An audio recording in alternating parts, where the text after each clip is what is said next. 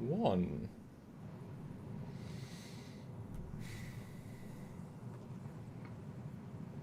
Oh yeah, I shaved just because there's nothing there anymore. Hey guys, how's it going? We're back. Hello, Stuart. Hello, And yeah, Samuel. this looks like we're at 5173 kilobytes, which is great again. So hopefully it's a nice, clean, high quality stream. Don't know what happened. Probably the new PC. Who knows? But here we go. Very good, very good. Well, yeah, so today we're looking at, what, episode 4? Yeah, of season 4. And if you want to see episode 2, just Google Trekyards episode 2. That too. Trekyards TNG season 3 episode 4 episode 2. Or just TNG family Trekyards. Yes. Yeah, you'll find it. We didn't skip one, guys. We already did it. And hopefully you can hear us all, or you can all hear us, both of us. You know what I mean. I haven't tweaked a single setting from yesterday, so it should be perfect. Loud, crystal, clear, good. I haven't tweaked a single setting from yesterday, so it should be loud. Oh yes, yep, so suddenly human. After all. We got a first super chat. Ozzy throws in $5. All hail the Superior Commander and Super Captain Foley, and volume sound awesome, Skeleton Hands. Thank you, Ozzy. Maybe it'll Appreciate finally that. Stay consistent.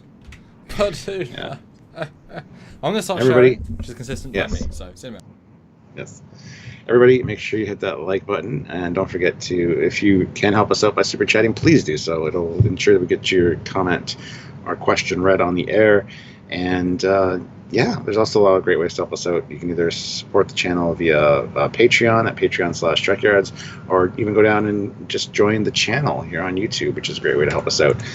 Manly Forehead Hugs puts in 99 cents with a face. This is kind of how we started the stream with the so yeah, lots of great ways to help us out in the description of every video, so go check that out. And yeah, hopefully we have a good discussion today. This is one that I'm not sure we're going to have. I don't know. It'll be interesting to see Samuel's take on this one. I rather enjoyed this one on this viewing. I did notice something that should have been a big thing, which we'll talk about in a little bit. But yeah, guys. So if you want any Trekyards merchandise or anything cool like that, by all means, make sure you check the link down below to the Teespring store and pick yourself up some cool stuff. Also, don't forget to check all the other links. You can get save yourself money on Eaglemoss models and stuff. And we all like starships here, so let's go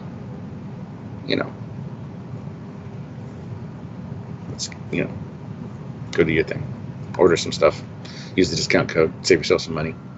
It's a good way to support us and to get yourself some cool stuff as well. So anyway, I'm not going to ramble on like I usually do about helping us out, because you guys are awesome, and we already have more super chats coming in. Kenshi 2K7, $5. Suddenly, annoying noises from the kid. LOL. Yeah. Devo77X, I think that kid went on to do Dr. Quinn Medicine Woman. He did, absolutely, yes. So, yeah, he's a pretty good actor. I do like him in this role, so, and yeah. Hopefully Samuel will be done soon and not take so long. Chris Rollins, TNG, where we continue to not explore space and waste time with pointless things like border disputes, space custody battles, playing taxi for diplomats, and letting children play with the warp core. Well, I guess, yeah. But yeah, Picard should have taken him away from those. Well, yeah. Oh, hello. Kinda, oh, hi. How you doing? I'm okay. We got 2 new super chats, which I already read. Yes. How's the video, guys? Does it look crisper to our regulars? Because, like I say, we're at substantially better quality, which I'm happy to hear, because I like that. Good for me. How's my black shirt look?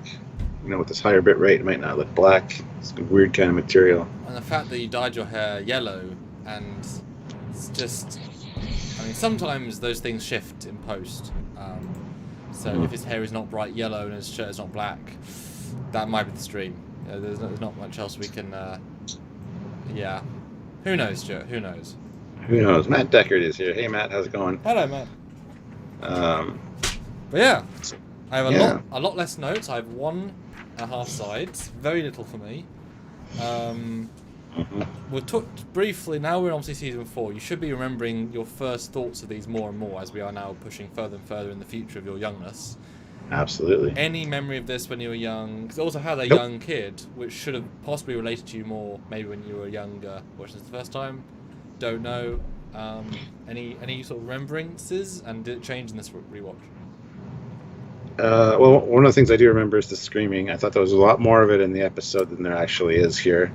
Also, I thought at some point they played Percy Squares, but that's not a thing. It's actually a little bit different than that. So there were a few things I misremembered. I didn't remember a lot of this episode. This is one that's kind of like, oh, yeah, it's that screaming kid. It's kind of irritating.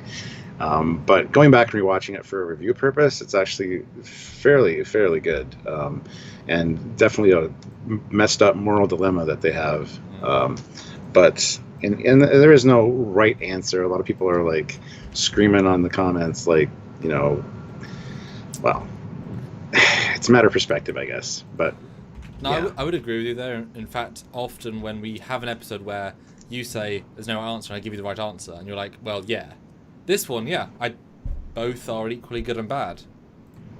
They balance it out quite well, mostly because of his personal feelings about it. But yeah, I absolutely agree. It's actually one of those surprisingly good, both sides one. Yeah, well, it speaks a lot to like, kids being able to decide which parent they should live with, kind of thing, during divorces. Because they say, you're at the age of decision, 14. And you get what do you want, which I appreciate because I've been through a divorce with the custody battle and all that, and the kids were asked what they want and just kind of ignored, which was kind of frustrating because they're kids, they don't know what they want, which I find to be a little bit bullshit. But anyway, so there's a little bit of that there. So there's quite a few things that kind of hit home in that regard, and even the whole father thing with Picard. And the advice that Troy gives them, like, shouldn't, nobody's born to be a good parent. You just kind of muddle your way through it. And trust me, I can relate to that 1,000%.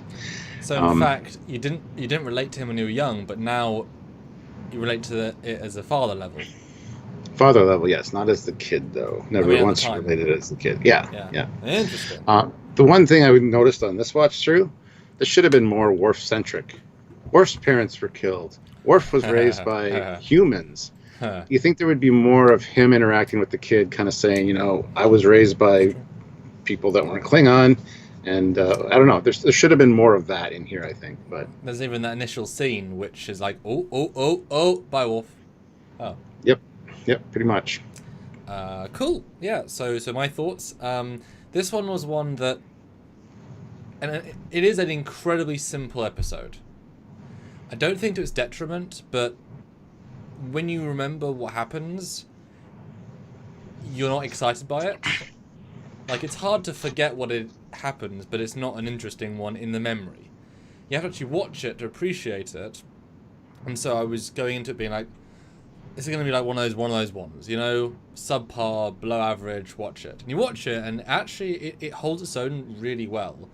It doesn't particularly excel, I don't think, but it's not trying to. It's presenting a fleshed out, interesting situation with all sides, with great acting. The kid does surprisingly well. He holds his own, and we've seen a lot of kid actors in TNG, and he is one of the better ones. So good job for him. Again, he's not 14, clearly. Like, minimum 18, 17, like... Yeah. Definitely, well, that's fine, whatever. Wes isn't 14 anyway, either. Or 18. Which is why I thought it was weird that Beverly's like, my son's about your age. It's like, no, he's not. He's like 21 now or something. No, he's not anymore. Maybe in season 1. And tangent, sorry. But it is very simple. And it's nothing to get excited about, but it's a good watch. And I think it's a satisfying watch. It's just an example of a simple science fiction yet humanist message episode. Which all started as well. It hasn't got a hook in the same way that other ones do, like TOS especially. They have some really good hooks, a really great art design, a really great alien thing. Not even the makeup here is particularly interesting. I like his costume, but that's not... I mean, okay, cool. So they're missing a hook, but it reaches that strong quality of the rest of it. I do think, yeah, Patrick really stands out here as an unexpected performance. And yeah, there you go. That's what I think. Eugene, though, puts in 1,000 rubles. Ooh. And says, Cool. the one with space jungle to jungle, and Wesley getting his face covered in it. Now with false memories about Mongolian rock. Yeah. And this is the first one we get the Tellurian ship, which will then be the Kit Bash ship of TNG, pretty much. But I always think of it as the Tellurian, so that was nice to see. Yeah. Well, let's get into it. So, anyway, the Enterprise is responding to a distress call, and they find it's a Tellurian observation craft, and there's a life-threatening radiation leak and a few life signs on board. So, but then they have the problem that the Tellurians, they actually have used this tactic to abandon observation craft and then rig them to self-destruct. So there's that kind of danger going into it. And it doesn't go anywhere, but it's a good sense of these guys are a bit odd, violent, extreme, you know? So it's a good... Yeah. Like, oh, okay, be wary. Yeah. So there's no way to detect a self-destruct device, so, you know, whatever. They have to risk going over. The medical team's already waiting in the transporter room to go over and to the ship, so they basically just decide to head on over. And the other ship is on its way at this point. Yeah. Yeah, although they don't quite go into... If it's dangerous radiation, they don't really have a sense of danger in going in. Like, it would have been nice to have a line of Crusher saying, your inoculation's only going to work for 14 minutes. Small potatoes when you get past the scene. But it's like, dangerous radiation, but not to us. I got maybe it was not dangerous to humans, given the fact that Jojo, what's his name? Jono. The fact that Jono is the least ill of all of them, so I'm assuming maybe it's less dangerous to humans. I mean, you know, he's the most okay. Seems like it. But that's total extrapolation from whatever. And we obviously get regular ones, glowy tubes, very important. Renowned throughout the entire galaxy. Yes, we should ask the Temerians what they're for, because we sure as hell don't know. Not a band account, though. Throws in $5 and says, for Commander Cockings, Alamarain, count to 4, Alamarain, then 3 more. Alamarain, if you can see, Alamarain, come with me. Not a band account in the leg. Yes, you will. Yes, you will. You know, what's sad, Stuart, is that we probably have to start DS9 when DS9 starts compared to TNG. So we might get Alamarain in 2020. Like, we might get it sooner than we'd like. I'm just saying. I don't think that's a possibility. Doesn't DS9 start in TNG Season 5? Or 6? Well, yes. 5 or 6, I can't remember which, but I think it's 5, yeah. See? That's going to be tricky. It's not, I mean, it's still, yeah. That's going to get roasted. There's a few good things in that episode. Didn't say Not there much, wasn't. but there are a few good things. Yeah. Now, I don't remember this intro at all. The fact that she find other people, I assume they just found him. But that's me remembering the one with the other Picard Sun episode with the Ferengi, I think. So I was like, oh, there's more. Cool, okay. Yeah. But yeah, among these 5 survivors, one of them is actually a human. With dun, dun, perfectly done hair. I mean, my God. Yeah. Look at this. So pristine. And did you know, he doesn't need to shave. Like, he has no stubble in the entire couple of days. I doubt they've given him a shaving tool while he's in his quarters, and he has no stubble. You know, amazing. I know it's never the problem, but he's an alien. He's a human alien on a, you know. Anyway, they got him back aboard the Enterprise, and yeah, we find out his name is Jono. Well, he hasn't told them that. He's not saying anything. He heard them from them He's talk heard to each other. Yeah, the other one's stuck. Yeah. So she examines him for radiation issues. And she says, "Yeah, I have a son that's not much older than you. Perhaps you'd like to meet him." I don't know. She's got really good bedside manner here. She says, "You seem to have escaped radiation. I have a son that's not pretty lucky." Yeah. Then all of a sudden they start screaming and wailing, all of them. And Picard comes in. I love this. He's like, "May I have your attention, please? Hello." And then he just yells, "Stop it." Or stop that immediately, and they all stop. So, I think it's after Beverly says he did that as soon as they come aboard, Captain. I think they say they say Captain first, and that's why they respond. Nope. Picard says no. That he says, well, "Stop that immediately." So they stop, and he says, "Well, that's better. Now, what's your name, young man?" And that's when Counselor Troy says, "He won't talk, Captain." Okay. Yeah, and that's when he jumps down and says, "Captain, I'm Jono. Yes. Take me back to my captain." Yes. Doesn't sound creepy at all. No. Slight call out to the first shot. I don't want to break your flow there. The space effects in this episode are really subpar for some reason. The miniature work does not look good. I know it's the fourth Enterprise, but it's poorly lit. They haven't got the glow passes properly. And it's almost the same shot every time. Real bad miniature work this week. They must have been rushed, but like low TV budget looking. It's ugly stuff. Cool. Yeah. So then Picard and Beverly have a conversation that he's had previously 2 fractured ribs and a broken arm and a low-grade concussion. And there might be neurological impairment, but she'd like to examine him further. So we find out they're ruthless, and they're quite. They've been known to be quite ruthless to their enemies. So there's a real possibility that he might have been brutalized. They might have brutalized the child. It's within the last 7 years. He's been there long enough to get their customs and everything. So he's been socialized fully. Yeah, which I think is quite a jump. For them to consider that. People get broken bones. You could have those all in from one accident, or, and we find that out later. But I just think... I agree, because when you watch it the first time before you get to that bit, you think, oh, yeah, brutalized, yeah. Maybe, because he also mentions at some point a ritual, you think, oh, horribly brutalized in some sort of pain ritual, like the Klingons. But yeah, once they express, yeah, people get hurt. It's like, oh, they really did jump to a conclusion, because obviously Crusher's protective, especially since she sees Wesley in him, and therefore this kid's hurt. He's, he hasn't accidentally gone to these people. It's, he's been kidnapped or whatever. So you are right. It shows the bias of, you assume they're bad because you've had wars with them, but it doesn't mean the individuals are bad.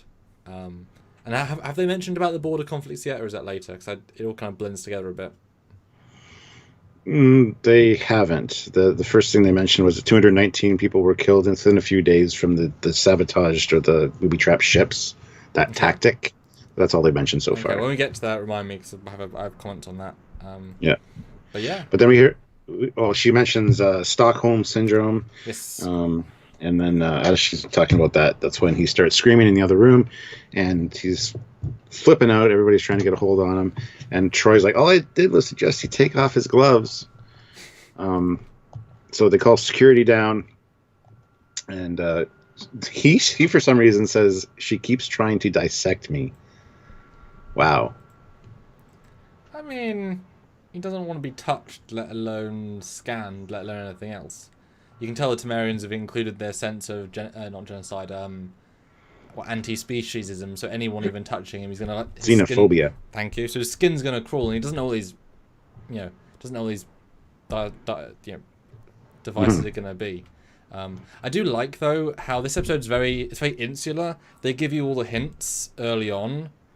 That, yeah, it's because they're women. It's because doctors. It's because aliens. It's all actually quite well conceived. And so these scenes make way more sense on second viewing, because he's been being pushed too far with all this information, all this visual, audio, pure information. It's like, I want out. You can't respond properly to this.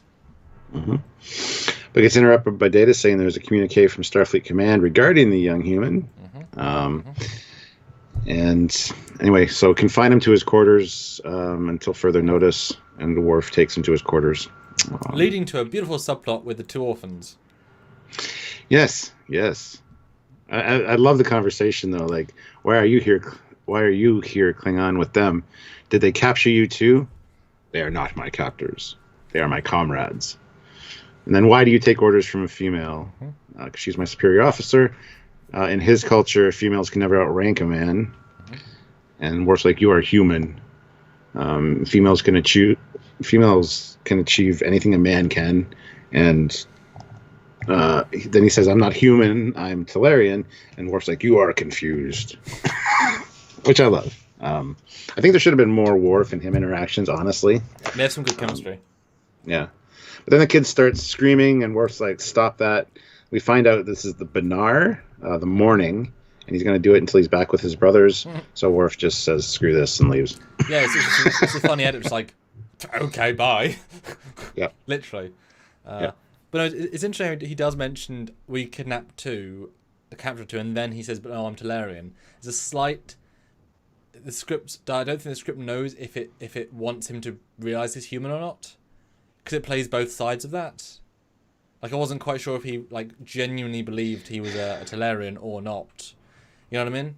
Because I could buy that they told him, you've got birth defects, well, you haven't got the facial thing, you're actually Talarian, and he's never, you know. Later he mentions, my father told me that he saved me. But that could be... There could be other things to that. Well, could be. I think he probably knows he's human. Because, yeah, even later he says they all look like me. So, yeah, but that's why he says here, no, I'm Talarian. It's like a slightly odd statement in the grand scheme. But it makes you think early on, has he been very much socialised? And in fact, not I thought I'd argue this point, but the whole... I like the comment of the patriarchal society, women can't outrank men. Technically speaking, if there's one guy who's like governor pope of the universe... You can still have women that outrank most men. Like, they can still be women admirals, just there has to be someone higher than the admiral that's a man. So, it sounds as if it's really bad, but it's like, there can still be just one guy that outranks anybody, and he's the default guy, but there's like 10,000 women admirals. You know? Just for, like, it's not as if women are subservient. Like, the way they play this race isn't barbaric, particularly. Especially if you take that into context. But the fact they know who Klingons are, it's rare that they find random races that know other spacefaring races, like, and actually call them out. Do you know what I mean? So that shows that they're more galactic spanning than most of these one-offs that we get. So it's lots of little clues to this race that kind of set them apart a little bit, I think. Yeah. Then in the conference room, we got some matching gene types. It's actually identified as the grandson. His name is Jeremiah Rosa, and he's the grandson of Admiral Rosa. And we find out that he was born 14 years ago on Galen 4, which is a Federation colony. His parents were Connor and Moya Rosa. And then 3 years and 9 months after he was born, so he was almost 4 when he was captured by the Talarians. Their colony was overrun, and apparently there were no survivors. The boy was listed as missing and presumed dead. And then the Admiral's other kids, she had 2 other kids, or at least one other, that was killed in a outpost. Tragedy seems to follow that family. The Admiral lost both her sons. There's a surprising amount of poignance. This is an episode where, again, they haven't got that spark of like, oh, that's a really cool moment. But the script is clearly very well thought out. And you can sense it. Because, again, something... That's one of these episodes, lots of things, little things to talk about. When they say about the colony, it's expressed in this scene as if the Talarians came and just brutalized, destroyed, killed everyone in the colony. And yet when you see the captain later, he's like, oh, yes, I led the charge that brought back the colony from those Indan intruders. Those interlopers. Trespassers, yeah. And it's played off so casually. And like I say, they do a good job at both siding, even though they're not really... I think this must be where they talk about the border wars. Because, okay, I'll call it out now then. They explicitly say, we've had border wars with the Talarians. right? And obviously destroyed a colony. Yeah. And in this episode, they say we're deep in the heart of Talarian space. So they're pushing these boundaries for some reason. And yet, when they meet up with 2 Talarian ships, Data basically laughs in their face at nothing they have is capable. So how is this force any match? And in Border Wars, if it's, I know Galaxy is the creme de la creme, but if even let's say, an ambassador, a generation old ship, can blow away 3 Talarian warships easily, how exactly do you have a border war that makes any sense? I get a civilian colony was attacked, fine. There's no starships in orbit, but border wars. How do you have border wars if you're the guy with the machine gun, then the guy with the machete? Yeah, good point. I don't think they lasted very long, and I think they now have an agreement, obviously, because you have to say, as part of our agreement, you should have reported that child to Starfleet. Which was 7 years ago, so it must have been a while ago, Border Wars? Yeah, I would assume so. Because they are in Talarian space, they responded to distress calls. It's not like it's not, they can't go into Talarian space. They can freely be there, so... Yeah, I mean, and even the guy, the captain, whatever, at the end, isn't like, get the hell out of my space. He's like, hi, can we help you? So, yeah, so do you think maybe they had Border Wars, maybe TMP era, where the tech was a bit more... And Talarians haven't improved much, but at that point they're a bit more capable. Because there's no context, but it doesn't feel like it was in the last 30 years, except I guess they're... Well, no, except... But yeah, if they kill their parents, but they also... Because they should have notified them, well, that defeats the purpose. If you're at war, you're not going to notify the people. Yeah, but there's still rules in war. Like the Geneva Convention, you don't kill or hurt your prisoners of war. But you do massacre everybody first. Massacre them so they don't have to be prisoners. Exactly. Yeah, exactly. War is a funny thing, but... so... Yeah. At least for the Cardassians, the border war, it's like, 2 galores to every galaxy. They can do it. But do you know what I mean? It's a little bit...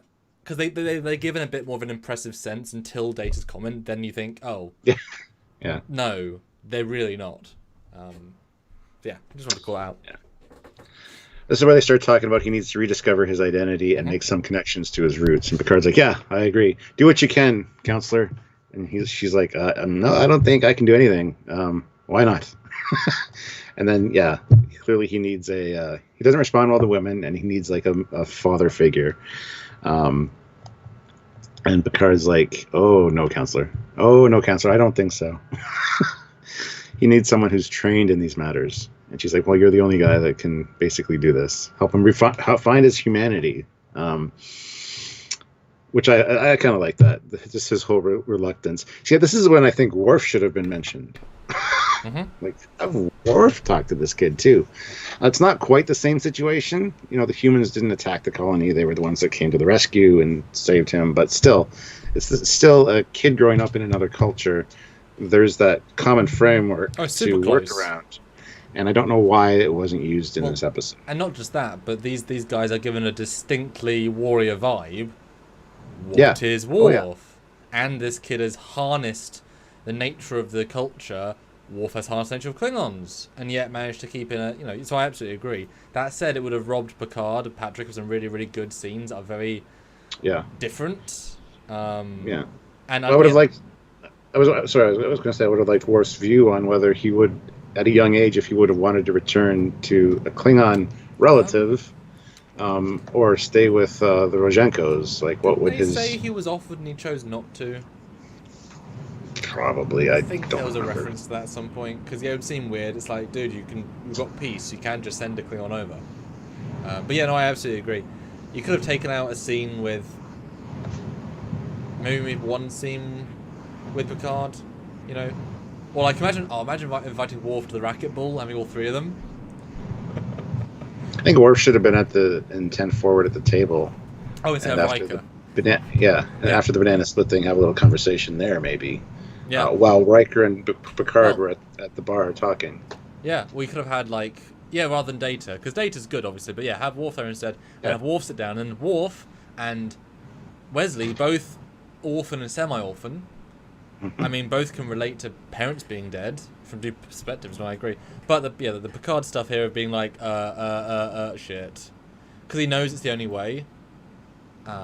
it's interesting because he's a born diplomat, you know. And this he says later on, it's like this isn't just about this kid. This is we could spark a diplomatic incident of a people that we were at war with, or at least they thought we were at war.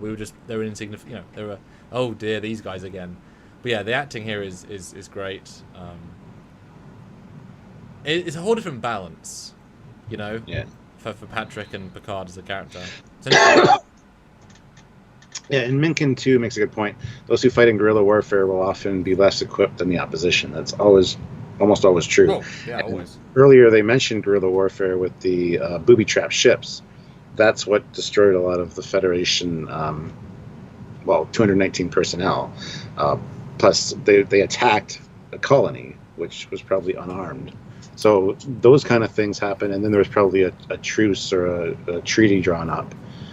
That's kind of the vibe that you get. Like, it didn't last long, you know? So thank you, Minkin, for pointing that out, because they did that earlier. Not that I would buy this, but you could argue that maybe the colony was like, they didn't really know much about the Talarians. They made a colony on the edge of their space. Talarians said, well, no, we have our space, we have our sacred space. You're in our sacred space. We're going to massacre you. Okay, now we've done the massacring, now we're all good. And Federation's like, but we don't want war, so I guess we'll let this slide? Ugh. Don't know. Yeah. Well, that scene, though, right, Picard goes down to the quarters, and why do you make that noise? And it's just custom of our people when we're in distress. It's also your custom to obey your captain, so... Yes. As captain of the Enterprise, while you're aboard the Enterprise, I don't want you making that sound. Yeah. Kid's like, yeah, that's fine. Picard's like, is that according to the rules? Yes. Okay, I'll give you that, Cap. Good job. Yeah. So Picard's like, well, let's get acquainted. So, do you like the room? I know it's kind of sparse and Spartan, but I could get you games. I could get you whatever you like. Pictures, perhaps. Yeah. And the kid's like, well, this is a cage. I'm still your captive. Ooh, Trek on the Tube is a great comment and a good picture of the thumbnail, dude. This guy reminds me of one of the augments from Enterprise. Yeah? Yeah, a little bit. Yeah, good vibe. And this scene's interesting, I think, because I didn't get the sense Picard was necessarily feeling awkward or feeling uncomfortable. I got the sense he didn't think this guy's a kid. He's clearly not a child age. But I think he's like thinking of as like a diplomatic envoy. Like he's sectioned off in his brain. Only later on does he kind of go more into the father mindset. He's trying to do his like diplomatic, but you know what I mean? Because I was expecting a more uncomfortable vibe here. He wasn't comfortable, but it wasn't his classic. You know, he approached it in an odd way. Very successful, obviously. So I appreciate the different tone here. I'm gonna find out how old this actor was because he's totally not the age. So Picard says they're going to rendezvous with the warship Khmer at 1740 hours, and we'll to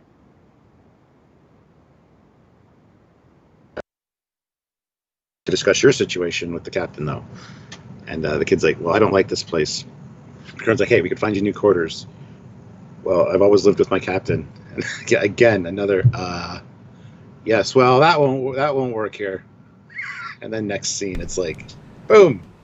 That edit's beautiful. Oh no, that wouldn't work. Here's my house. No, it's lovely.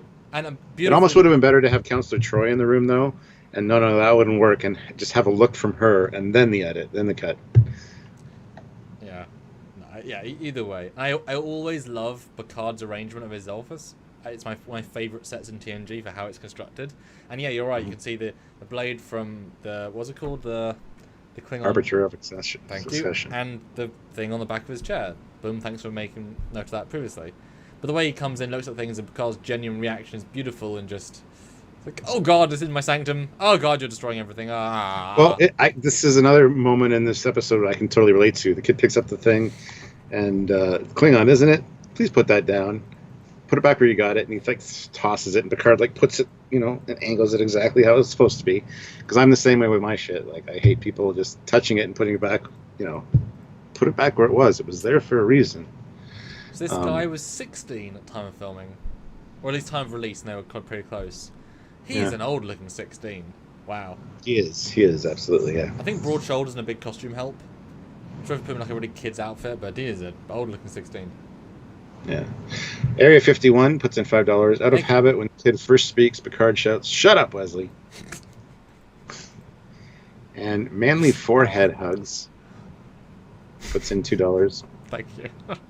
I love Jill. Hands off, Picard's beautiful old sexton. It's mine. Yeah, when he picks that up, I love Picard. I love Picard's reaction. He's like, oh. And then he puts it in the thing, but he does it kind of rough, and I was like, God damn. But not disrespectfully rough. I No. appreciate the texture of this scene. It's not that he's not caring about the stuff, it's that culturally stuff doesn't mean as much in his culture. And so he's not he's not disrespectful. There's a line there that I appreciate so much. He's actually respectful just in the cultural way. Yeah. Good job, director, good job, actor. Yeah. And this is the point of, I noticed you haven't taken your gloves off, and that's so I don't have to touch an alien.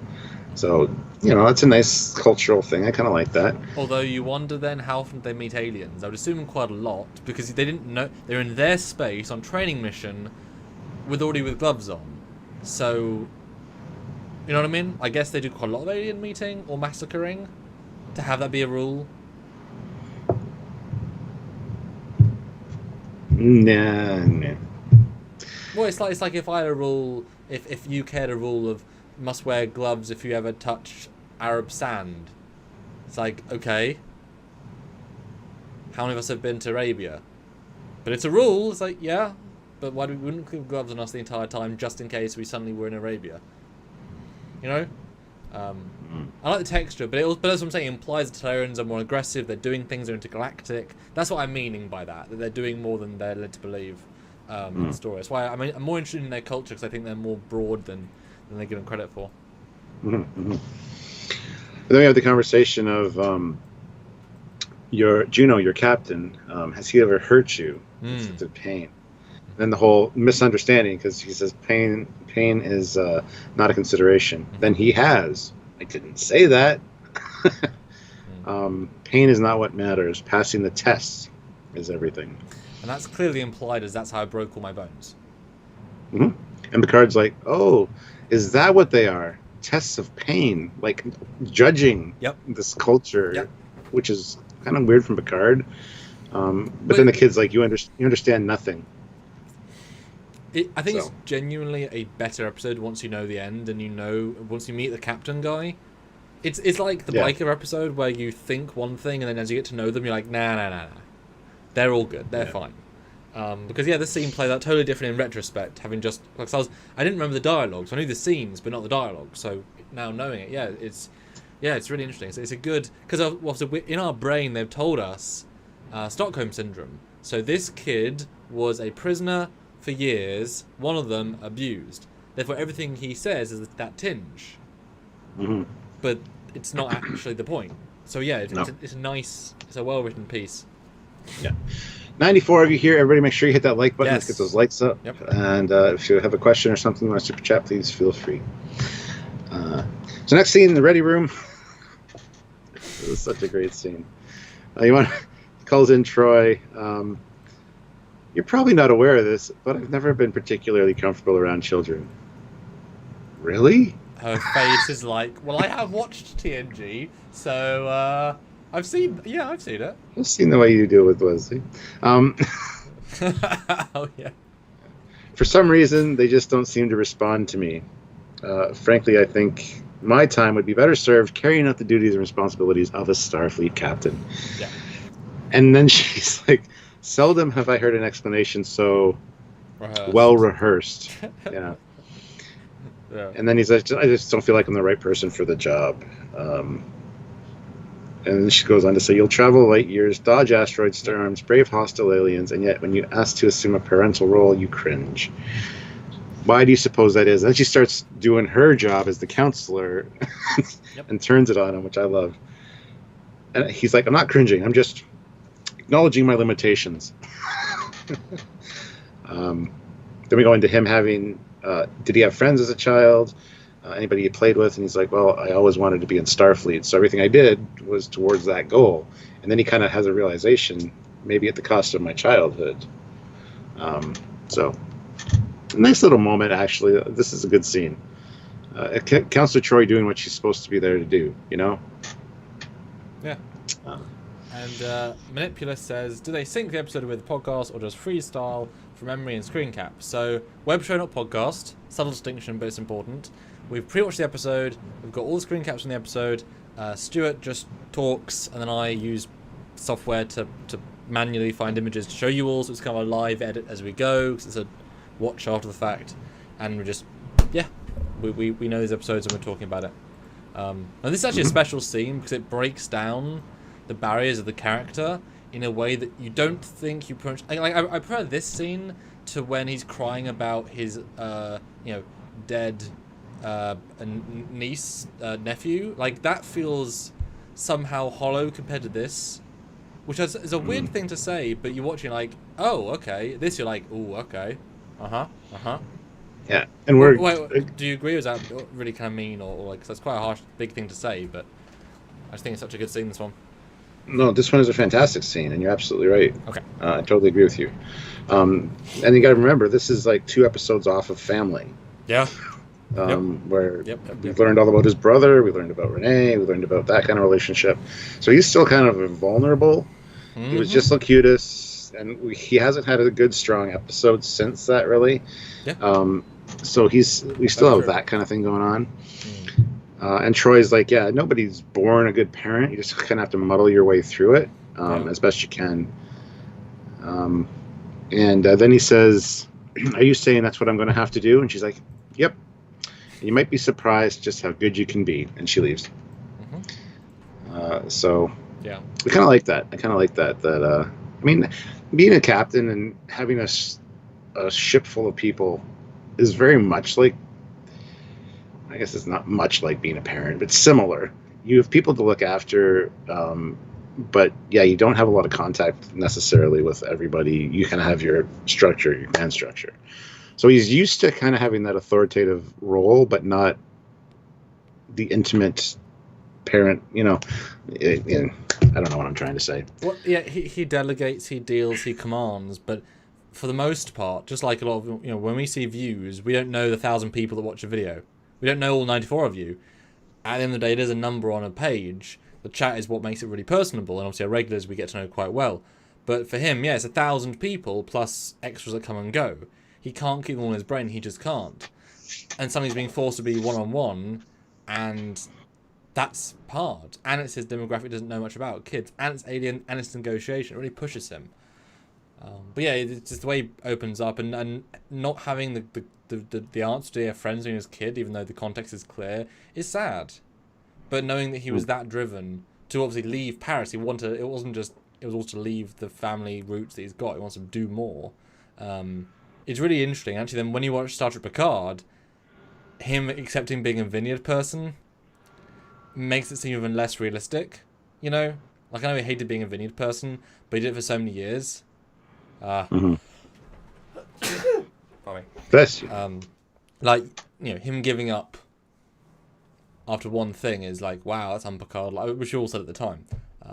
This is like, yes, this is one thing, and to basically give up his life for this. But then he goes down to his quarters, and we get Temerian heavy metal music, which is fucking awful. I love it. Computer, turn off that noise. Computer, what was that? The Alba Ra, a contemporary Talarian musical form. I thought it sounded really cool. Like, really creative. Too much noise and clutter and just... Oh, yes. Yeah. And I love the look that Picard has. He walks up to his room. He's totally forgotten he's in his room. And as he's like, oh, my sanctum is not my sanctum. Shit. Just for a second he's forgotten. So I quite like that. And the boy, Hammock. What a fun creative decision. Like, someone just had a spark of like, you know what? He's gonna mess up Patrick Stewart's desk room, just change everything and put a hammock. Cool. Why not? That's a good little moment. But Picard tells him to come down and take a look at something. The reason he did the hammock was because the beds are too soft. They hurt his back. Yeah. But he doesn't just say too soft though. It's implied, but I like the way he says it. Yeah. It's just like hurts back. Yeah. Actually says I cannot rest on your beds. They hurt my back. So. Yeah. Again, little touches of better written than just written. It's good, it's good, it's clever. Erevik Sonder puts in $1, so thank you very much. So he shows him pictures of Connor and Moya Rosa. They're your parents. The baby's you, Jeremiah Rosa. It's like, my name is Jono. And Picard's like, well, you were born Jeremiah on Galen 4. I like the way he says that as well. He doesn't dismiss his current name. He just said, well, you... Yeah. Very, again, respectful, clever, well said. It's around the point. It's good. Yep. He goes on to say the colony was destroyed later during a border skirmish. And then he shows another picture and says, see, you knew how to laugh once. Do you remember this, Jono? Your parents, your home? Then he says, I know that Endar rescued me. He told me so. Yeah. But the pause there is great. It's like, oh yeah, rescue me. He told me so. Yeah, sure. And then your parents were killed by the Tellarians. And he's like, it was war. Death is part of war. So, and then Riker says we've established visual contact with the warship Kumar, and the kid's like, Endar, and goes to run. And Picard's like, hey, well, you stay here. You stay put. He goes up to the bridge, and then the kid starts scrolling through the pictures, and you get to hear flashes of what happened, like PTSD. You hear, get to cover, I can't leave you. Take Jeremiah, get to the forest. I'll hold them off. And she says, no, come with us. And then you hear the kid saying, Mama, Mama. And her screaming Jeremiah. So it's effectively graphic. Actually. Yes. Yep. It's subtly graphic, and yeah, I like the fact that he starts to go, and he does listen to Picard enough to stop him. You know, for he's being very respectful. Like everyone in this episode, even the dad in a minute, like everyone plays their part very well in terms of diplomatic. No one here is looking for a fight. I appreciate these sorts of textual things. And Tuning 3434 says, hi, Trekyards, didn't we review this one already, or my brain fried? Brain fried. I think your brain is fried. Yeah. Easy answer. So we get up on the bridge, and the Kamar is like 506 kilometers off. Its weapon systems are inactive. I like they call that out. That's a good touch. Yeah. This is very friendly and amicable, this whole thing. Well, friendly for them. Yeah. Yeah. You can tell they're not antagonistic. Yeah. So we get introduced to the captain here, whatever his name is. Just lost it. I want to say Endor. It's Endar. There you go. And Picard's like, yeah, we got your people. We'll return them, including human. He's like, Jono? Actually, his name is Jeremiah Rosa. And so the guy asks, what's his condition? Will he be being returned to me as well? And, your child is being held in, it's going to be with us. The child's been in your custody for years, but... And he says, there's no explanation warranted. He's my son. And that's where it, goes to a commercial. It's like, ooh, his son. It makes a lot of things suddenly click, okay. Interesting. Yeah. And he does genuinely seem concerned. Like, he says, is he hurt? No, he's not. Yeah. He softens in a way you don't expect, which is good because this guy. And I always watch the next time on, and this guy looks like a dickhead in that, too aggressive. Yeah. That's like a moment. It's again well balanced. Eugene, 250 rubles. Thank you. Now I remember it with HU, not Albara.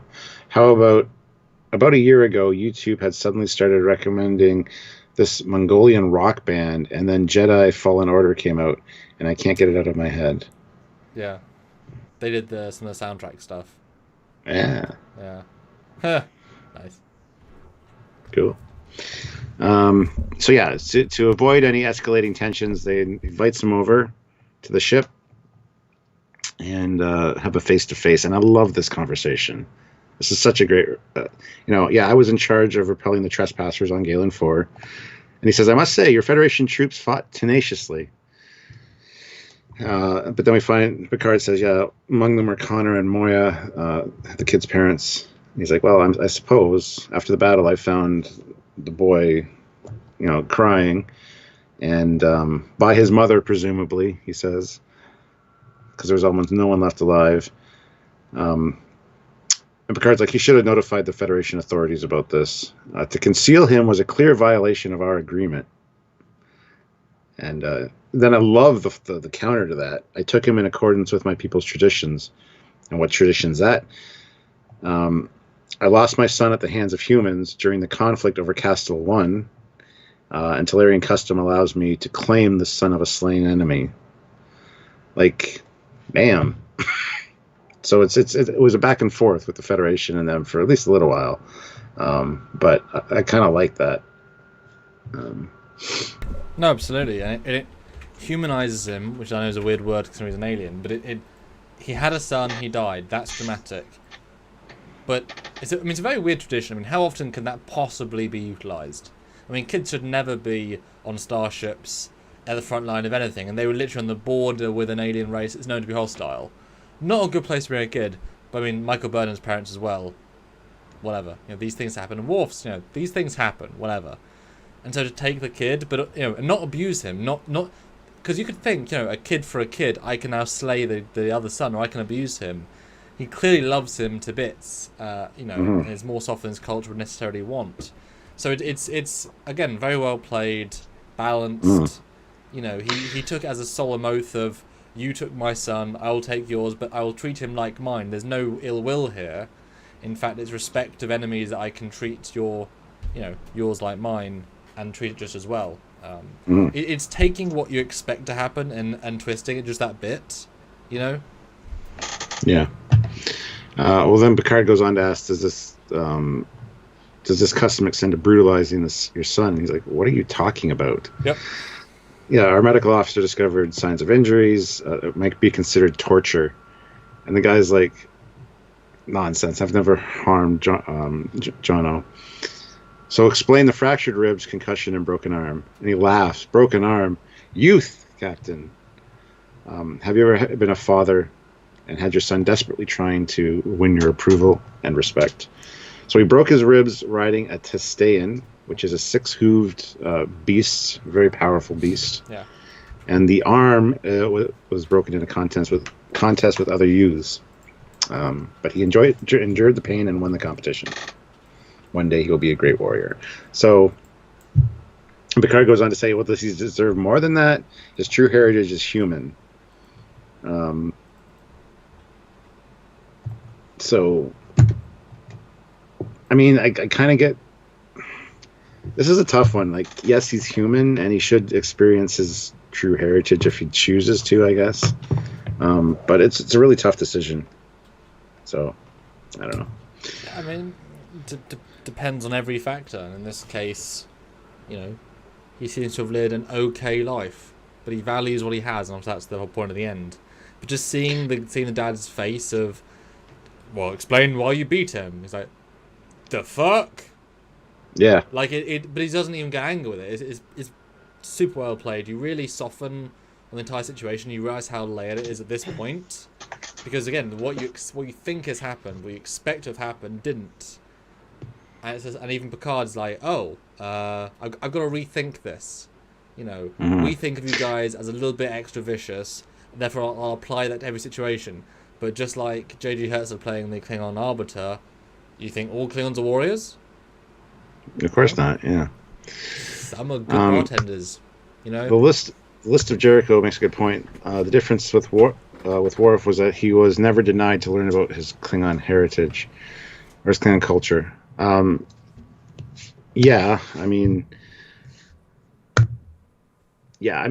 a simple solution to this problem, which we'll talk about near the end.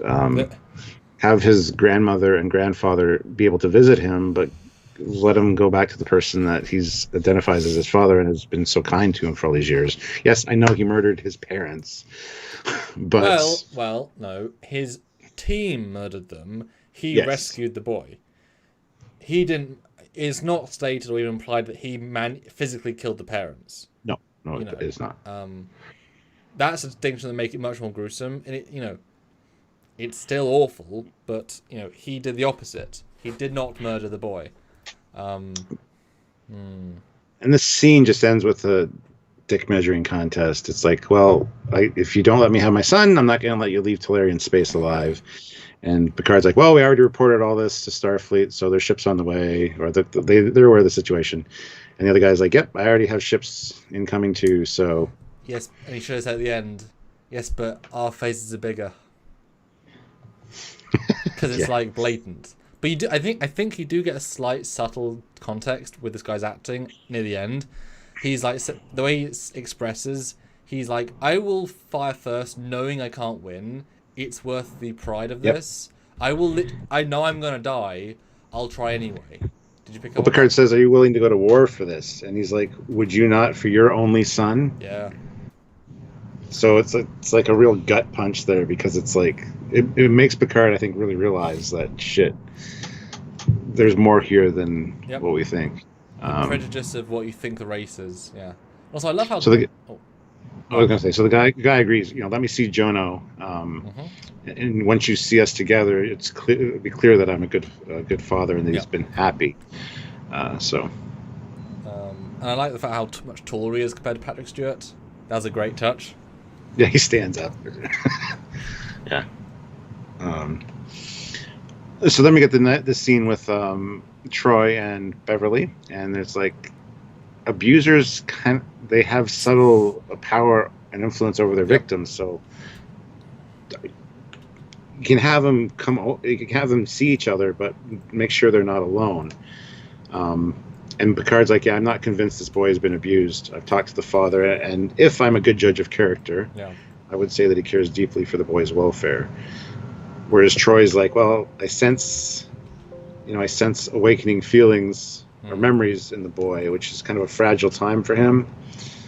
To send his father away without even letting them see each other, it would be very detrimental to him earning our trust if he wants to do that. So, And then Picard, I love his response. He's like, there's something else to keep in mind. We are deep in Tellurian territory.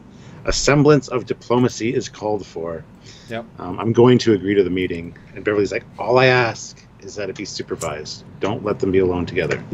Stuart, don't you miss this kind of subtlety, smartness, and good character development of this Star Trek to what we got in Star Trek Picard, Star Trek Discovery?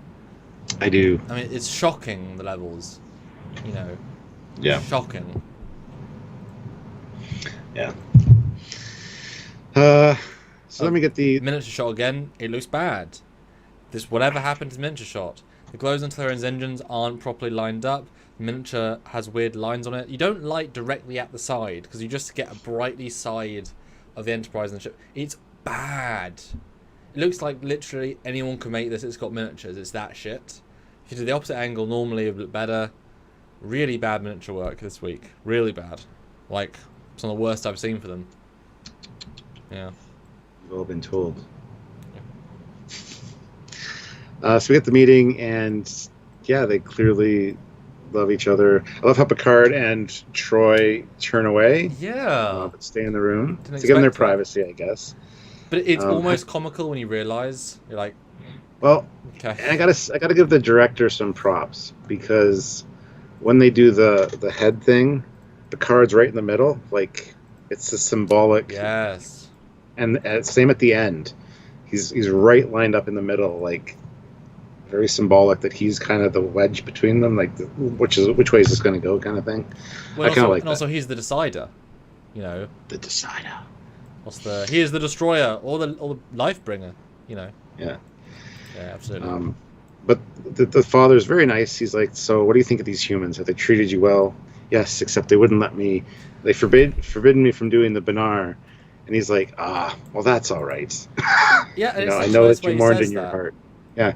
Yeah. The guy's like, no, be serious though. Have they abused you? He's like, yes. What? They haven't done this. Oh, it's fine.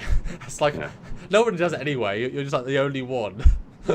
Such quite. He says, they want to keep you, and he's like, yeah, I know. But you've reached the age of decision. What is your choice? What do you want to do? Yeah. Do you want to stay? Because there's a brief moment of hesitation, and the father's face even kind of goes, oh, like, do you want to stay? And he's like, no. Then you shall not. But the way he does say no, though, is very much like, because you don't want me to, father. Yeah. You know? In this scene in particular, you're like, okay, no, he's being a little bit constrained. Yeah. In this one, anyway. A little bit, yeah. But he's like, yeah, it'll give the humans a choice. If they make the wrong one, it may lead to war, and you may die. I'm ready to die. And then you get the goodbye, man hug, forehead thing. But again, this scene, it does not go as expected. The guy is really polite, really balanced, really... And I honestly, I think it's fair to say, he's dealing with his 14-year-old in a more mature way than I think probably the majority of parents would not deal with their child in such a respectful way. You know what I mean? Like, you're treating him like a 25-year-old who's already left home, and now he's talking to him after he's already got a job that earns more than him. He's like, "Hello, son," rather than "You're 14. Get back of my Jeep. You're coming on with me." You know, which is why I think having being so young doesn't work as well, because he doesn't feel there's none of that chemistry in this episode, which I think is again part of the point, because he's in a different culture. It's different. But yeah, he's the nicest guy. He's like the nicest father. I really appreciate the way he talks to Picard, the way he deals with everything in this episode.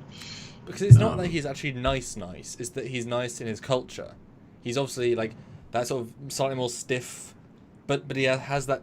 You know what I'm trying to say? He's alien, effectively nice. And I gotta say again, credit to the speech pattern of the kid.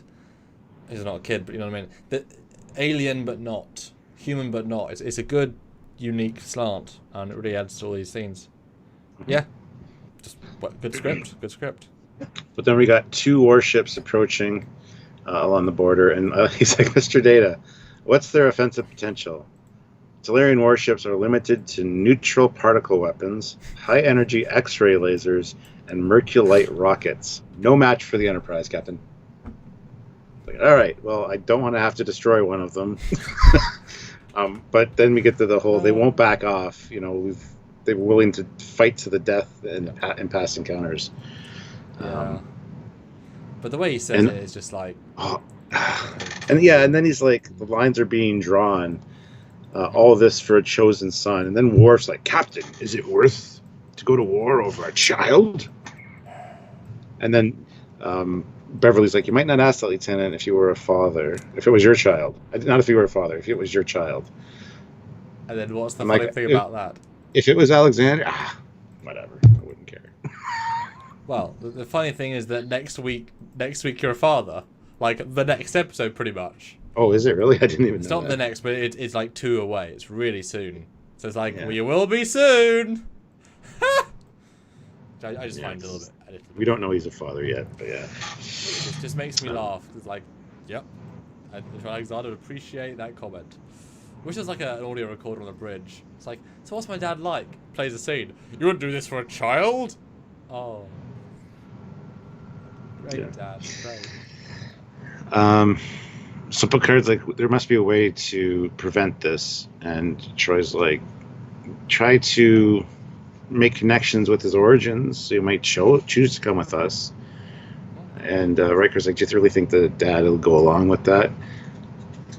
So Data's like, yeah, if he respects Tellurian customs, he kind of has to, because of the age of decision, which is 14. He's a by-the-book sort of guy, and therefore...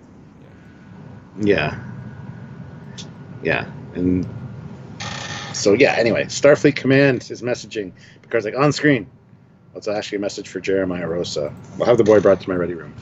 Which, when I first watched this, I always thought she was talking to him, even though he didn't say anything. Mm-hmm. It's a pre-recorded message. Yep. You can tell by the, like, what the fuck? Just talk to him in real time. No, but that's why it's a good moment. Because... Guess what, Stuart? You can't do real-time communication across the entire Federation. You can't do it! But they do it all the time when he talks to admirals. But they're not all across the Federation. Or they're using subspace buoys. Maybe. But it's so refreshing. It's just like, this was a message to you. It's space mail. You know, because we are literally past our borders into someone else's space, deep in their space. We are very far out of range of the Federation. You know, this isn't Discovery. You can't have a real-time communication from literally the edge of space. With an interactive hologram. With a full power, yeah. But But you are kind of waiting the entire scene for him to say something. But it's more poignant the fact that it's just a talking head. And is this the first? Was this one of the only like 752 non-evil admirals? Because you don't ever remember her any other time. But it's an older female admiral that is not evil. She looks like she could be evil. Yeah, maybe. But I don't think she. So anyway, it's Jono's father's mother, so Yes. his grandmother. Yep. Which and also it's like- puts into more perspective that this wasn't very long ago. Like, Yeah. you kind of take that away from your brain. It's like, no, that, like, her son died, like, not that long ago. Your dad. Yeah. She's still around, serving. She's fine. Yeah. Well, she's like, I find myself wondering what you look like. Probably a lot like your father at that age. Anyway, your grandfather and I are here. We'll welcome you with open arms. But she also said you'd be really proud of your family. Many have given their lives to bring peace to the galaxy. But you are the last of the Roses. Which, that's kind of sad. I love how they put that in. Like, it's... If he doesn't return home, it's kind of like an end of the line almost. Yeah.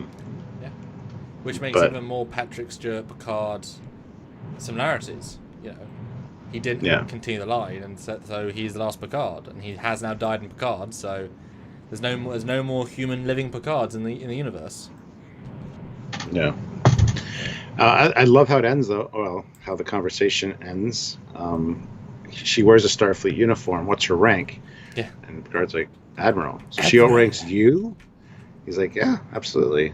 So he's like, well, that's impressive. Yeah. Because it's like, my grandma can order you to sing, to quack like a duck. Yes? Cool. Yeah. Yeah. But then he's frustrated and he says, if I were home now, I'd go to the Bray and run along the river as fast as I could. I can't do anything that calms me here. You won't let me have my music. You won't let me make the Binar. Picard's like, hey, you know what? When I have feelings like that, this is what I do. Come on, follow me. I just want to be fencing, but... Wow, it's the racquetball that Bashir and O'Brien eventually end up doing, which is cool. It's a cool racquetball court. We learn the rules of the game, not that important. And then while they're hitting the ball, it sounds like blaster fire, which is clever. That triggers PTSD in him twice, and then it ends with him crying on the floor, saying, "My mom was all red, and she wouldn't answer me." And it's a really poignant scene. I mean, Picard's there cradling him, saying it'll be all right, and it's really, really good scene. We get some cool futuristic racquetball. Yeah, the glow effect's actually really good. The fact that it stays, it almost goes on too long as a scene, but once you lock into the fact that it's weapons fire, it's like, oh, okay. And I was waiting for him to get too frustrated by the ball and smashing something. I think you expect him to react in a certain way, but he's like, oh, this is a game, cool, I'll win. I always win. I win all the games. Yeah. Picard's like, yeah, I don't doubt it. Yeah, they're actually a civilized race. Who would have thunk it? You know, for what they're worth. And he actually, you know, Picard credits him in a minute saying basically for a first timer he did really well. So yeah, it's you know, for what it is, it's a good scene. So then we're back in Picard's quarters, and we hear about, you know, my mom used to sing to me. I can't remember the melody, but I remember her voice. And he didn't remember these things until recently, obviously, because he says, before I remembered these things, I was strong. And now, Picard's like, it's just part of being human. But as deeply as you feel hurt, you can also feel joy. I was expecting him to say, well, if these feelings are what it means to be human, then I don't want to be human. The fact that he doesn't call him out for that felt a bit odd. To me, anyway. Yeah. Or make a comment about being weak as a human to feel this way. Yeah. But then we get the 10 forward scene with the who eats like that. Here's a spoon and a banana split, and he just like. Well, then he doesn't know what spoon is, which I like the context of, because he hands him a spoon and is like, "This is a spoon. Because, yeah, it's like, well, he looks human, but doesn't mean he used cutlery. It's actually a nice little thing of like, yeah, he doesn't know. Why would he? I guess. You know? And then, yeah, he doesn't know, so he stabs it as he would meet, and it whacks Wesley with blue in the face, which I thought it was going to smash the plate, or the bowl. So when this happened, I was like, it's actually kind of funny. It's actually effective. The way everyone starts laughing, it's actually a very effective moment. It's weirdly effective. It's like Andorian porn. Oh, I had to say that. I'm sorry. Anyway, everybody gets a good laugh out of it. Porn. Even Wesley. Yeah. Even Wesley. Except, well, of course, Data doesn't understand. He's like, look up slapstick humor. Yeah. Oh, well, this is similar to pie in the face. You see why it's funny now? No, but I'll take your word for it. This is most amusing. Yeah. That was good. It's a very integrated scene, which I like. Everyone's sort of doing their bit.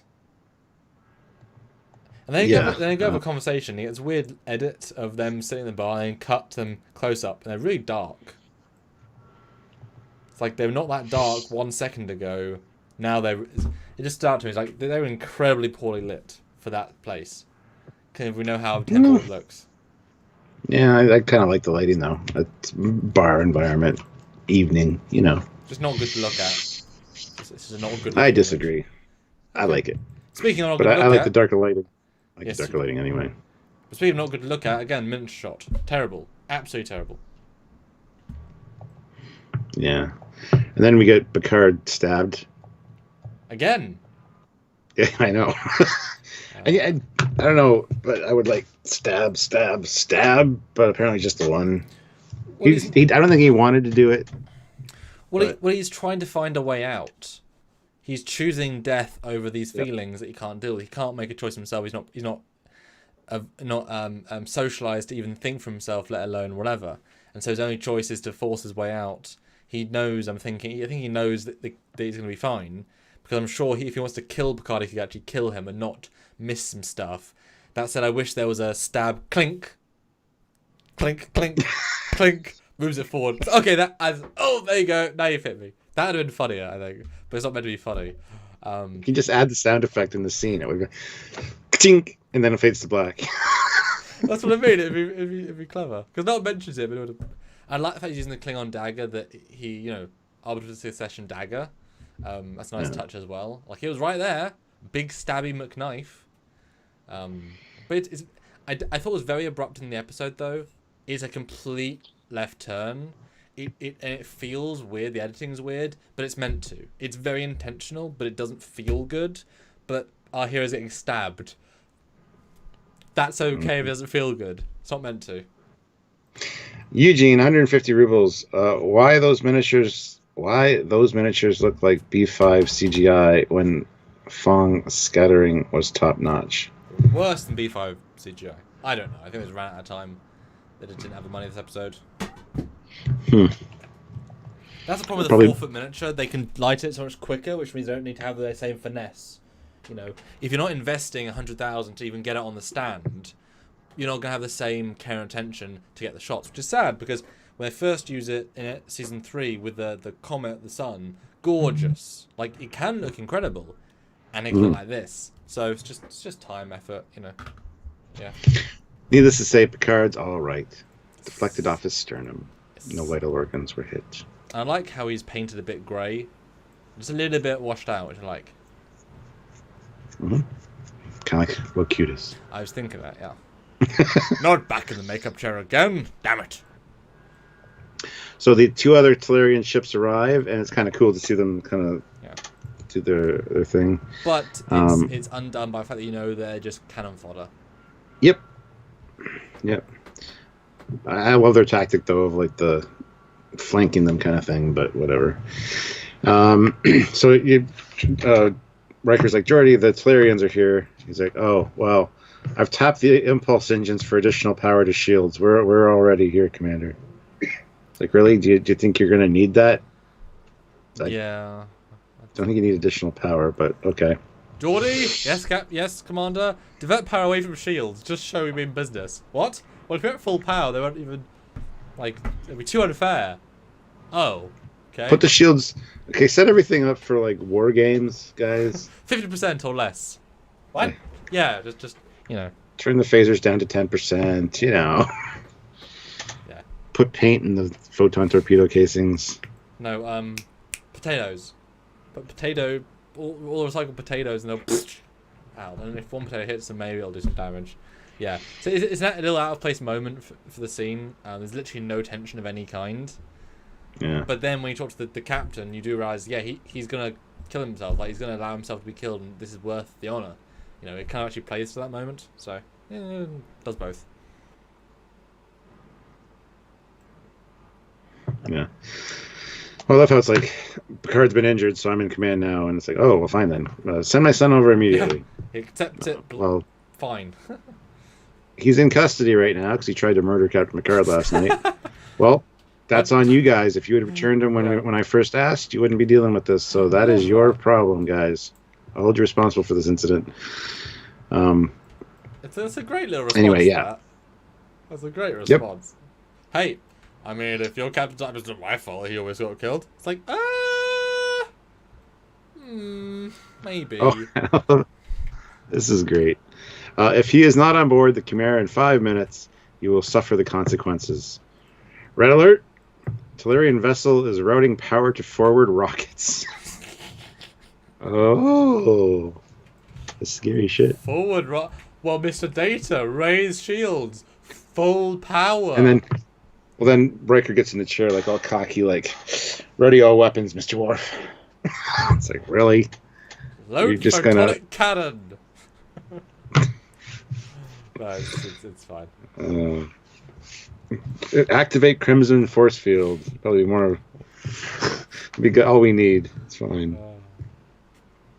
Anyway. So then we get the why did you do it? You know, I'm going to be put. It doesn't matter. I'm going to be put to death. Picard's like, no, you're not going to be put to death. Wait, who told you that? Data, what did you tell him? Nothing. Yeah. Area 51, $2. Consequences, chipped paint. Yeah, pretty much. Yeah. But Well, no, we got auxiliary power from the impulse engines for the shields, so we're good. We needed it. You know, it was the just in case. Yeah. Yeah. Anyway, yeah. So Picard kind of comes to the realization at this point that the kid needs to go back. What he argues, basically, his argument is, you were showing me this other world.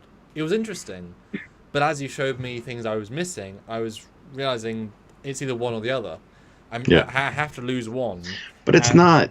It's not one or the other. You have a treaty with the Temerians. You can arrange to visit Earth, visit your grandparents, get delivered back to your father. You can have custody every second weekend on Earth. Well, he's man of the, he's got the power of choice and all that. But the way he expressed himself is that I choose a life that I've lived basically my entire life that I can remember, and you can tell there's a little bit of context of. They all got murdered around me. I blocked it out. I restarted that day. I've got PTSD block. I don't really think of those times. But the way he acts is interesting. It's like he doesn't say I ever have friends. His wording's quite interesting. It's just like all the things I value are there. It's not like I wish it said and my fiance, and it would have been cool if you start listing. I had Jerry, my best friend Jerry. I've broken his arm twice. Hey, we are good friends, coming funny. And we'll get into the argument in a minute that you're going to bring up. But it's very much like I know what you're offering, I get it, but fundamentally, I don't want that. I want my life as it is now. Thanks for rescuing me. You're great. But I choose them. I choose the dad that's actually cared for me, that has put, they're xenophobic a little bit. And, just like Spock in 09, Sarek chose to have a human wife, chose to have a son. He was bullied. I'm sure this kid was bullied in school, But, he's kind of the other end. Stephen W53 Hey, has a super awesome, cool super chat of $5.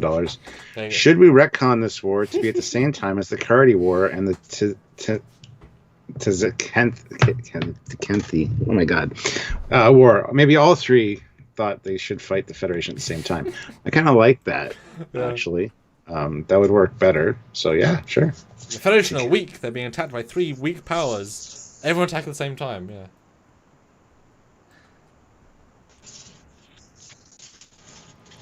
Yeah.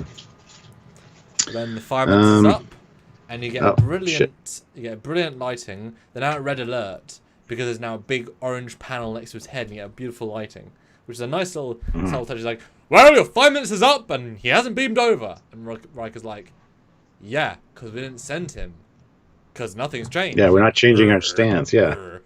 Yeah. It's a nice like, "I warned you. I'll attack you. Load laser batteries.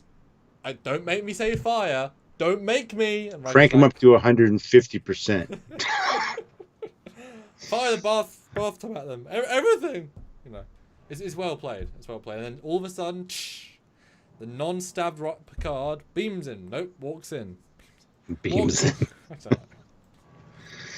Well, he's healed enough. Anyway, yeah, and he's like, "Yeah, well, we don't have to do this. It's only right that he comes back to you guys." So, yep, there you go. It does feel a little bit easy. It does, but at the end of the day, it's a revelation. He now believes this is right, and his argument is, we never asked him. Well, actually, the dad asked him, and he said he wants to go with the dad. So he was asked, he did answer, but Picard didn't listen. And that's another thing, he wasn't listening to whatever. But that said, can you listen to the Stockholm Syndrome victim? Well, no. So, it's, but the point is that we've seen their relationship, it's not that sort of relationship. So, it's, again, he's learned, he's met everyone, he's had time to think, you know. Yeah, and even the level-headedness of Endar is awesome here. Still, you know, it's like, yeah, you didn't get 5 minutes later. You haven't. We got to do what we promised we're going to do. He's not like mad and screaming or whatever. I love the way he's handled, and then to be like, "Thank you, Captain." You know. Yeah.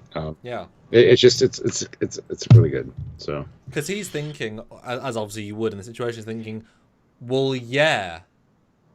Well, because he has everything to lose. His ships are going to be destroyed. He's going to be destroyed. Yeah. Most of his fleet will be destroyed if they go to war with the Federation. They stand no chance. Yeah. He's doing all this for the love of his son. Yeah. And I think Picard realizes that, like, shit, we would wipe the floor with you guys. Worf, one phaser blast each should do it. Yes, sir. All right, on to the homeworld. What? What? No, yeah, and I love that. That's a great sentiment, and you do get that in the subtleties of the performance. You know, as a proud warrior, he still says thank you. It's not just for giving back. It's thank you for not forcing this. Yeah, no, I like it. That's well said. And then the way it ends is so good, where he goes to beam out and he takes his gloves off, grabs Picard's face, and does the head touch, and the reaction of Picard is so layered. Yeah, absolutely. How do you even express that? Because there's so much on that face. Yeah, I mean, it's so fantastically done, and it meant so much for that kid to do that. Considering that they don't touch aliens, he considers them family, and that's what I mean. Like, there's a solution to this problem that doesn't mean just go back to Tamaria or wherever the planet is, and never see and never learn about your. Like, I'm sure something could be arranged to learn about your human culture and to meet your family that's still alive. And not just that, this could be the olive branch. They need to make a real treaty, like a peace accord that could benefit both. Somebody that wants to live in both worlds. But yeah, just finish off the scene. Yeah, it's great, and I agree. The way it's played, and I can't remember what made me think this, but it is played. Well, the way Picard's holding his shoulder and stuff, it's very much played like, you are the human father I never knew. I really relate to you now. You are different to my other dad, but I see so much of him in you. You're very similar people, just you're a human, so that is possible. And that makes me like myself more, because he's acting a bit more soft and human-y, which is important. And then he embraces him like his dad, And he's like, and the way it ends, like, you know, I could have got to know you more. And it's sad because the way this moment is like saying, you could have been an interesting son. This could have been a good thing for me. As opposed to when he does think he has a son with the Ferengi episode, I don't remember him thinking that. I remember it being way more... I know the guy knows his trick. I know it's a weird episode, but like this feels so genuine, even though it's a gentle build. Just the way it's played, and it's all the acting, you know. So credit to them, for sure. Again, a rather quick wrap-up to a TNG episode, but this one seems to fall in line a little more with... Yes. Because there's a few moments in the episode where Picard kind of gets that slap-in-the-face realization that it's not what he thought. First having the conversation with the dad, and then the racquetball thing, I think. And then, of course, the stabbing and the realization... realization that you got to take into account what he wants, and that's all he's known most of his life. So yeah, I like this one. But it you know, I don't think it's particularly a quick turnaround, because this episode, like I said at the start, it never really gets going. It simmers. It's like a gently simmering pot of water. It's still going to create a good meal at the end, but it's not got that flair of a great ingredient being thrown in. Yeah. So it's a good... Well, it's a good meal in a normal... Yep. The bowl of a carpenter. Just an ugly bowl. Yeah. But it's good bolognese, it's good pasta, it's well seasoned. But, you know, it's not particularly brilliant. Be like, yeah, this is a good representation of what pasta is. And so the ending feels like it's a very natural... And we've ended. But it's been ending for the last 15 minutes. Since the stabbing, it's starting to end. So I think it's actually one of the best enders of TNG so far, considering what this show has done. I'd agree. Yeah. Then everything gets going. Yeah. But if it doesn't not get going, it's a funny one. But yeah, it ends, and it's and there you go. Dum. And all is right with the world. And yeah, they saved some people. They gave them back. No war, no foul, no harm. Good stuff. Yeah. And he's aware of his family now, so I'm sure that... let's talk about that for a second. I do think he's going to ask about his grandmother. I don't think he's going to care about being human, because I don't think he thinks of himself as human. And what does human mean? Like, he says all the human emotions. He's living his human life through the guise of a Tellurian. I don't think that's the issue, but I think he would ask to see his grandma. I think that would be the way he would do that, and she would warp in on Excelsior, and they'd have dinner, and they'd meet the dad, and it'd be like, and the dad would be like, "So you've got breasts, and you're an admiral," and she's like, "Yes," and he's like, "Okay, cool, okay," you know, and I think that'll help the culture, and yeah, no, that'd be good. List of Jericho says should have been a two-parter. No, absolutely not. It should not have been. Although he should have came back in another season. That's the thing. Yeah, Temerian coming back, bring them both back. The Temerians are at war with the Borg, are at war with the Klingons, at war with somebody, and they need their help. And he's now grown up. He's, say, season 7, he's now 20. And he's really responsible. He's really taken off Picard. Maybe he took an interest in Picard, and he thinks of Picard like his uncle. And he treats him that way, and he brings him a present, like an alien, a Tellurian sexton thing, the thing with the sea thing. That, yes, I absolutely agree. It would have been really cool, actually. Yeah. All this in postcards occasionally, Yeah. Space postcards. But yeah, there you go, Stuart. Final thoughts. And has your opinion changed with this review?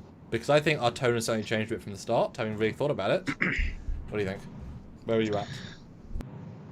Oh, and guys, put in your scores, thoughts, reviews. Stuart will react to Super Chat ones, I'll react to non-Super Chat ones.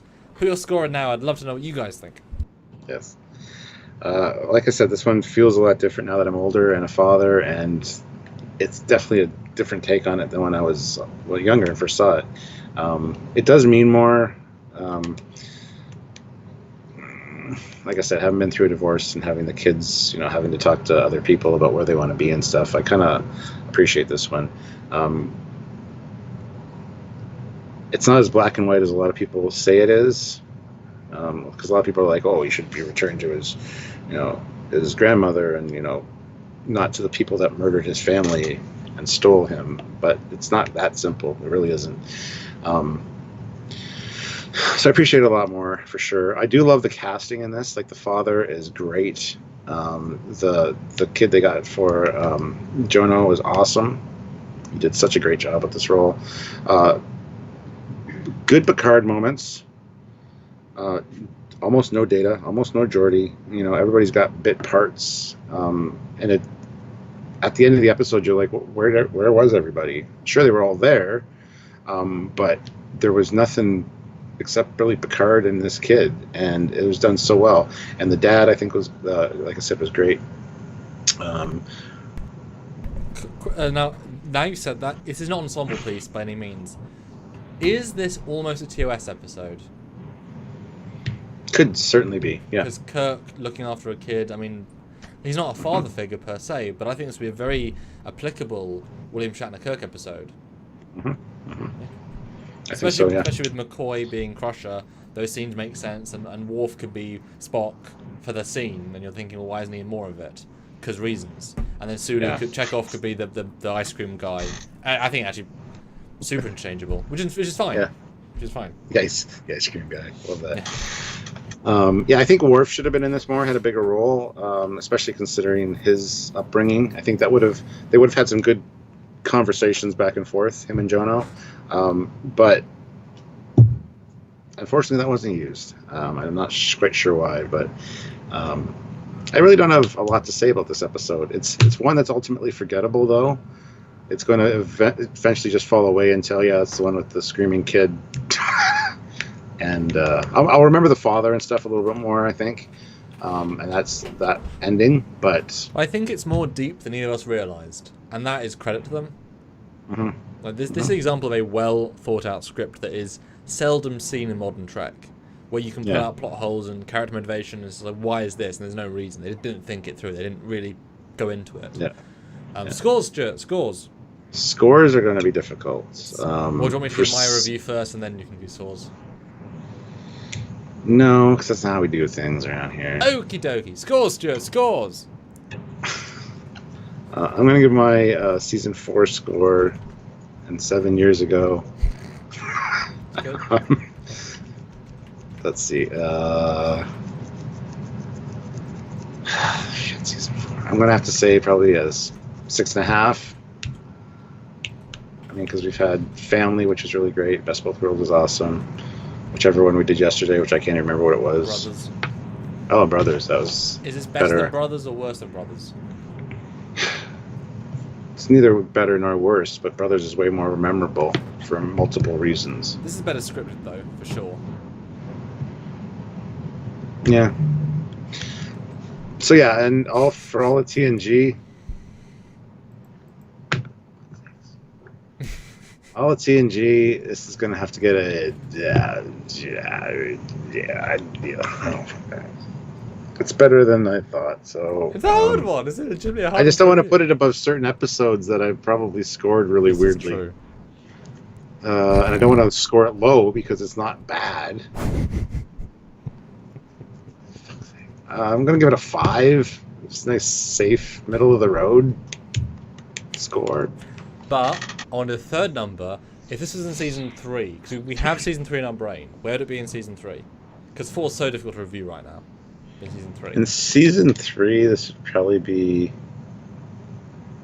5.5 or a 6. It's not as good as most of season 3. Okay. At least that's my thought. Sure. And remember that says things we missed a $10 super chat. So if you want to, oh, we did, yeah. Cuban writer, but I'll. Oh, yeah, you can. Yeah, we just haven't. That's that yet. I'll do that first. Cuban writer, $10. One wonders what the Federation political situation would be if they did not exercise so much forbearance. Not evil or agnostic or antagonistic. There you go. But simply not quite so restrained against weaker opponents.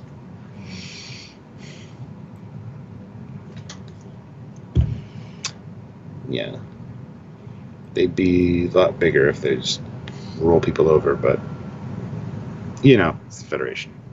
Yep, jump through all the super chats, if you want, just... Oh, do you want me to read the scores? Oh, scores, no, I'll do mine. Yes, this one's... like I said, it's not the most memorable, but it's better than you think. And going from being to it's pretty good. But it never really gets going, but it keeps up a good pace. It's a good moral story. It's very TOS, actually, in those sorts of sense. It's very good at being not being black and white, and because Jono is great in it. The kid actor is one of the better ones we've seen in TNG. He's playing an alien, and he gives it sort of an alien performance, but it works really well. I love his costume. That's a standout. But the Talarians are an odd one. They kind of shift in how powerful they are or aren't. The dad's really good, and just the way I've used. I like Troy. Wish we had a bit more Troy, but that's just because she was more meaningful in this sort of situation.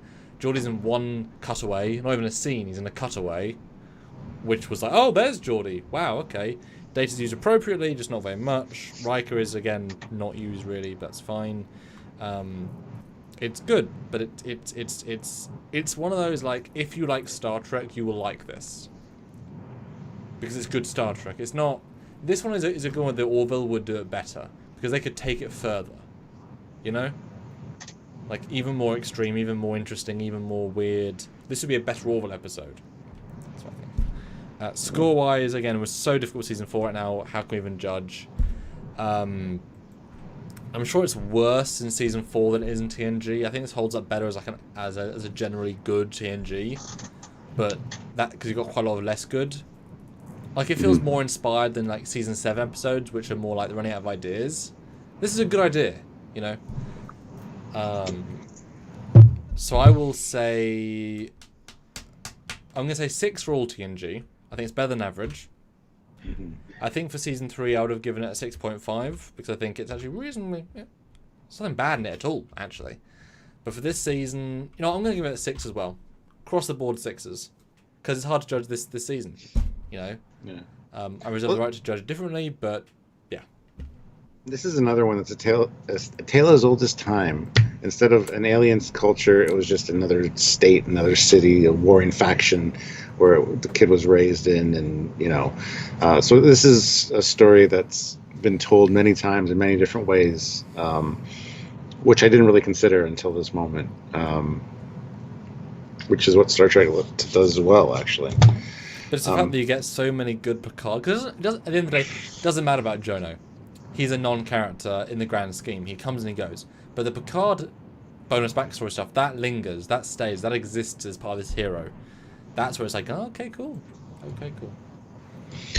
Tenchi 2K7, $2, 6.5 out of 10 for both, for Season 3 and for TNG.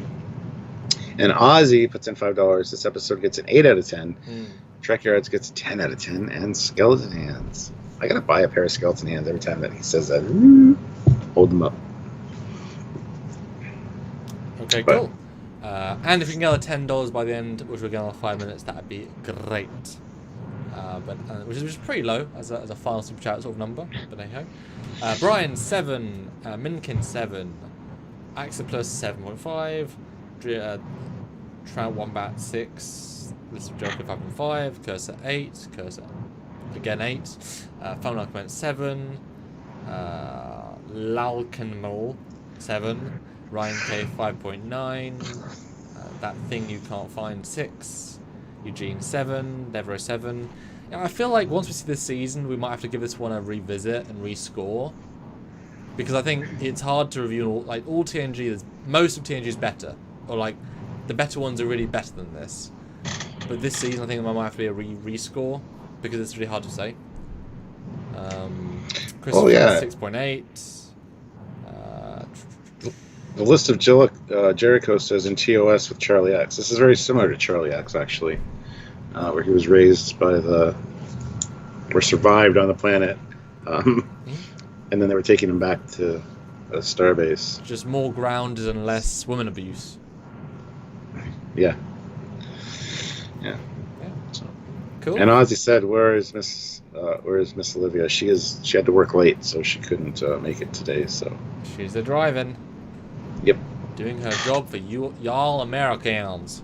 Doing her best to give you all those aircon parts and frozen pizza you need."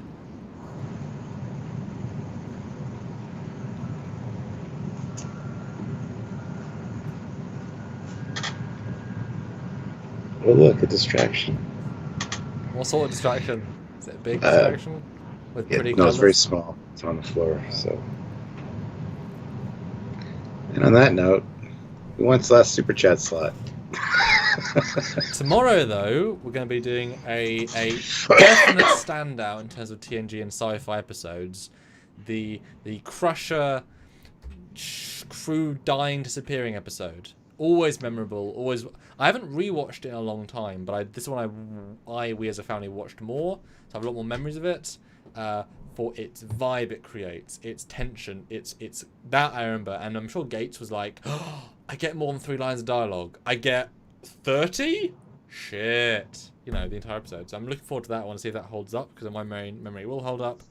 And Friday we have, because today is Friday, we have our special Stargate SG-1. Where's this coming from? Season 1 review retrospective. Much more chill than our other TNG ones. Just going through the season, I'm absolutely thrilled that Stuart is now into it, and we can chat about it and have this on the record. So I'm really excited about that. That'll just be fun if you enjoy Stargate. Yes. Yeah. Should be exciting. I'm looking forward to that one, actually. Let's see. So, anyway, guys, I think that's it. Oh, no, 2 likes. No, it's 2 more likes or 1 more super chat. Come on. 2 people haven't hit like yet. I mean, hit like, or yeah, if anybody wants the last super chat slot. But both things are open right now. Available. The fandom of the Trekyards. Yes, and Stuart, Lower Decks. Real soon. Very soon, yeah, like 2 weeks away. What day? It's August 6th, so that is 2 weeks tomorrow. Yeah. Hey, Thursday though. Thursday's good. Means we can watch it and do stuff on Friday. Yeah. Better day than Friday. Cool. Yeah, absolutely. And can we do a 2-hour live on a 30-minute show? Is that a challenge? Can we do a 3-hour live on a 30-minute show? Can we really stretch that shit out? Yeah. We'll have lots of cool stuff to talk about regardless, so. Yeah. Anyway, guys, I think that's it. One more like. Come on, one more. One more like.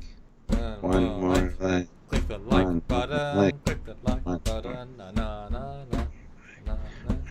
Like. Did we get it yet? One more like. If you don't click like, we can't leave. There we go. Bye bye. Bye, guys. Like that. That was a good one. Bye everyone.